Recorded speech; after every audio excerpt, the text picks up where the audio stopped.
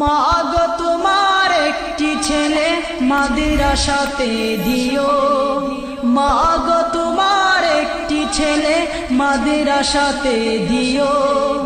এই পৃথিবীর বুকে তুমি জান্নাত কিনে নিও, এই পৃথিবীর বুকে তুমি জান্নাত কিনে নিও।